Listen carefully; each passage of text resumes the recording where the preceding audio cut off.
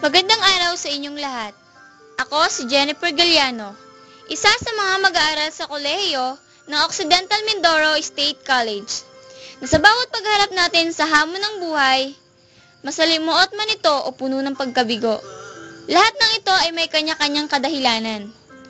Whatever juvenile you are, and whatever delinquency that you done, there was a reason behind that you need to discover.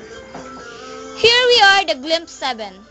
Proudly represent the juvenile delinquency story.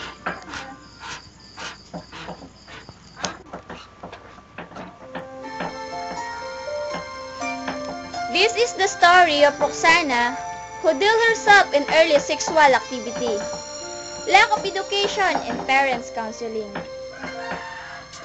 Gaano kadalas ang mga tagpong ninais mong takasan ng buhay na kinasasadlakan mo ngayon? Ilang problema na kaya ang sayo ay nagpaluha? Ilang mga rason pa kaya para sila ay makaunawa? There are so many people surround us, and there was a lot of people wanted to know what really happiness are. Like the story of Roxana Lastra believed that the poverty is not the hindrance to success. She lived in Santa Lucia Uno together with her family. Sa edad na 16, nagbunga ang isang pagkakamaling labis niyang pinagsisisihan.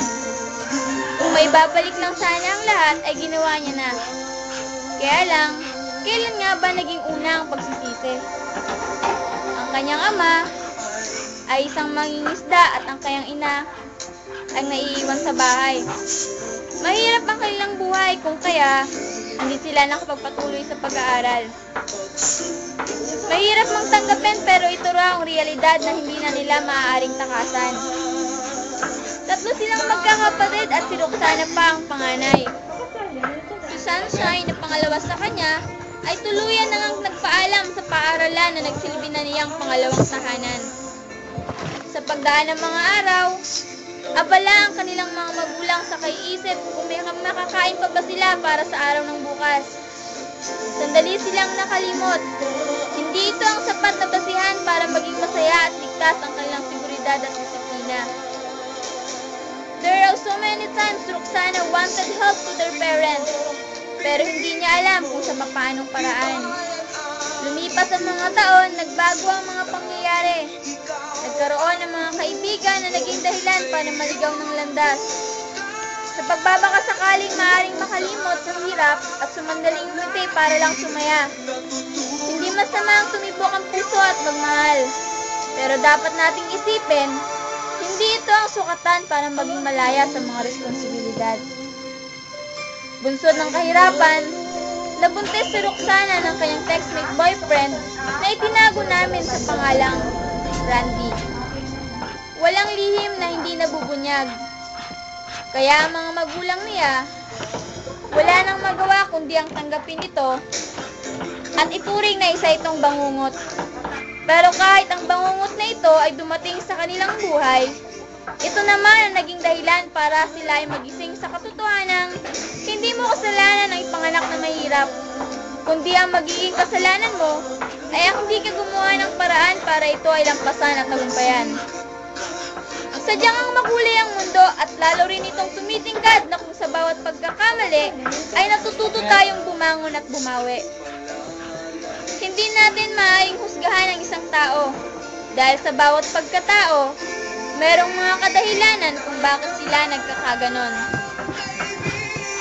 Boast up and don't be afraid to fail.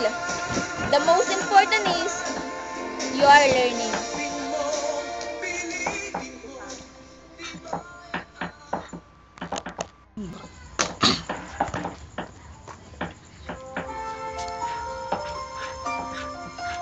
Alam mo, kahit gaano karaming pagsubok sa buhay, huwag kang susuko. Huwag mong ilalagay sa sarili mong paraan. Lagi mong tatandaan na mayroong Diyos na nagbabantay sa atin. Basta magtiwala ka lang. Napakaganda ng buhay, maraming intindihin at unawain. Ang problema, kaysa problemahin natin, gawan agad natin ang solusyon.